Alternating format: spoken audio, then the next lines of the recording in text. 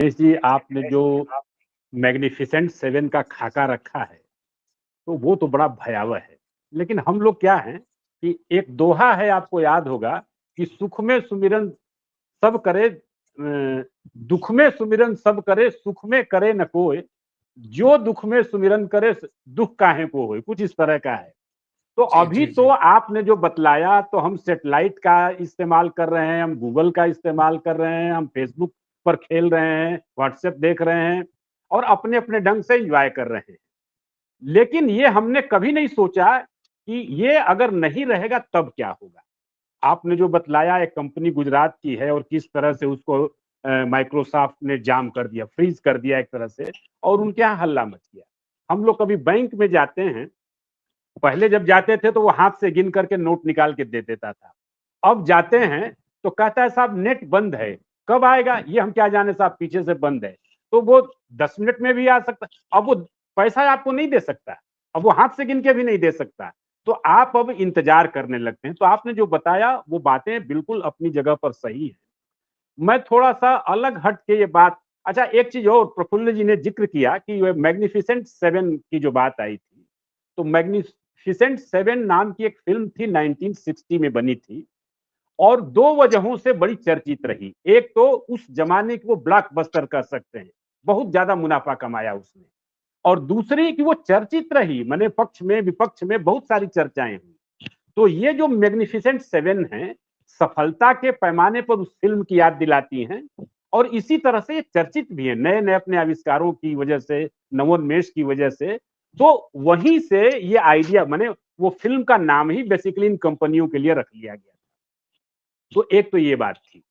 मेरा ये कहना है कि इसको थोड़ा सा पीछे ले जाइए और बात नेहरू जी पर हम ले जाते हैं। देश आजाद हुआ तो वही प्रधानमंत्री बने।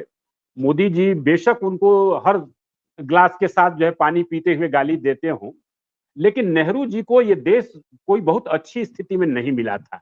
निरक्षरता बहुत ज्यादा थी, मतलब पढ़े लिखे लोगों की तादाद न बहुत ही कम थी। उस समय औसत आयु आप समझिए 40 साल से भी नीचे हुआ करती थी। कोई मैंने संस्थान नहीं था अपने पास, सड़क नहीं थी, मैंने कुछ भी नहीं था। वो आदमी अगर रोने लगता कि ये देश हम कैसे संभालेंगे, तो वो संभव नहीं था। लेकिन एक होता है ना, एक होता है नेता और एक होता है दूरदर्शी नेता कह ले, जो इसको आप स्टेट्समैनशिप वाला। तो Nehru ji visionary. Visionary. Visionary. नेता क्या हो, नेता की नजर होती है कि अगला चुनाव जीतना है, 5 साल बाद चुनाव जीतना। लेकिन जो विजनरी होता है, स्टेट्समैनशिप जिसमें होती है, वो अगली पीढ़ी के बारे में सोचता है। नेहरू जी को लाख कोई गाली दे, लेकिन नेहरू जी ने अगली पीढ़ी के बारे में सोचा कि हम देश को कैसे तैयार करेंगे। हमारे पास साधन नहीं थे, खाने के लिए नहीं थे, भारी बीमारी आ जाती थी तो लाखों लोग मर जाते थे, प्लेग और हैजा वगैरह से। बावजूद इसके आपने जो बतलाया कि ये जो टेक्नोलॉजी का मामला है, रिसर्च का मामला है, उस पर उन्होंने ध्यान दिया। देश में बड़े बड़े संस्थान खड़े किए और रिसर्च पर देश की जितनी सामर्थ्य थी वो पैसा खर्च किया। ये जो मुकाबला है, आप जो बात कर रहे हैं मुकाबले की, तो उस मुकाबले के लिए कोई भी देश, दो काम उसके लिए जरूरी है। एक तो यह है कि उसके पास संसाधन हो और दूसरा यह है कि उसकी लीडरशिप के पास विजन हो, ताकि वो जो है उसके अनुरूप रिसर्च पर पैसा लगा सके। भारत के पास कहिए तो नेहरू जी ने कम संसाधनों में भी रिसर्च पर उस समय बहुत बहुत ज्यादा पैसा लगाया। लेकिन जब वही इंदिरा गांधी आती हैं, तो इंदिरा गांधी एक नेता थी, लीडर कह लीजिए उनको, वो स्टेट्समैन नहीं थी। उनकी नजर भी चुनाव जीतने पर थी। तो वो विजनरी वाला काम उन्होंने भी एक तरह से बंद कर दिया। लेकिन विरासत में चूंकि नेहरू जी का उनको मिला था, तो उन्होंने उन कामों को बंद नहीं किया, बल्कि उस पर वो जारी रखा। बाद के दिनों में आप विजनरी नेता आप हिंदुस्तान में आप कहेंगे तो राहुल गांधी, ये राजीव गांधी थे जिन्होंने ये पूरा कंप्यूटर और ये टेक्नोलॉजी लाई। एक हद तक आप नरसिंह राव को भी मान सकते हैं, मनमोहन सिंह थे।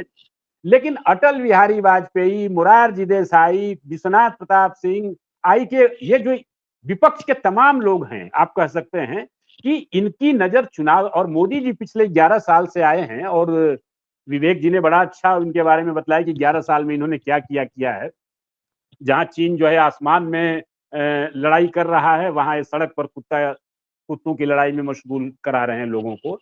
तो बेसिकली है क्या कि हमारे देश को एक विजनरी लीडरशिप की जरूरत है, और वो विजनरी लीडरशिप बगैर रिसर्च पर पैसा किए नहीं हो सकता है।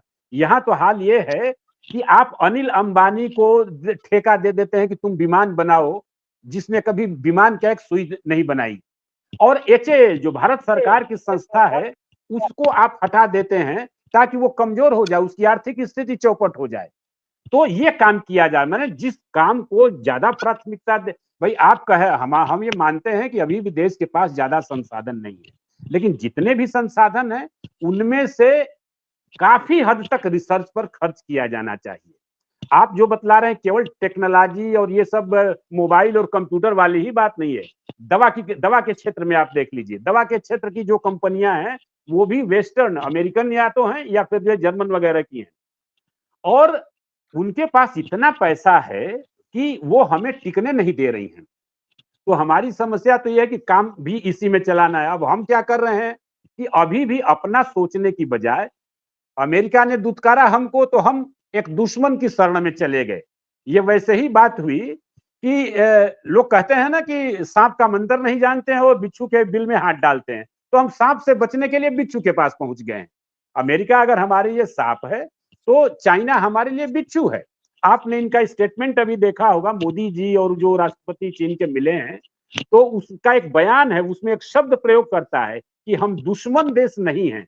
माने वो क्लेरिफाई करता है कि भारत में आम धारणा यही है और हकीकत में भी है कि चीन भारत का सबसे बड़ा दुश्मन है। तो वो उसको स्पेसिफिक करता है कि हम दुश्मन देश नहीं हैं, बल्कि हमारे दरवाजे विकास के लिए खुलते हैं।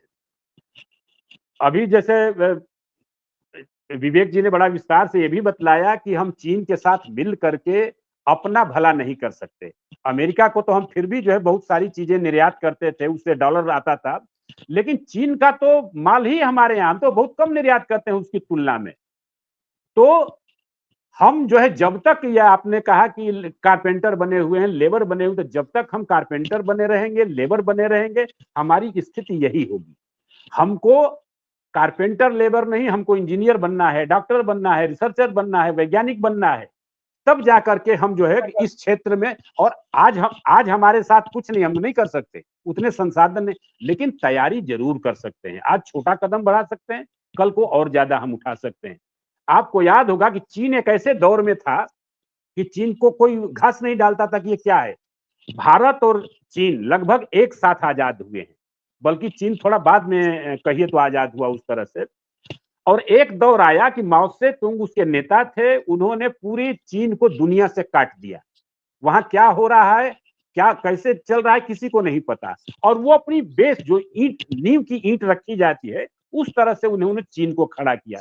कपड़ा नहीं है, सब लोग एक जैसे कपड़े पहन लो, खाना नहीं है, सब लोग एक जैसे खाओ। लेकिन उन्होंने एक रिसर्च वाला फंड किया, आगे हमको कैसे बढ़ना है उसका बेस उन्हीं संसाधनों में से तैयार किया।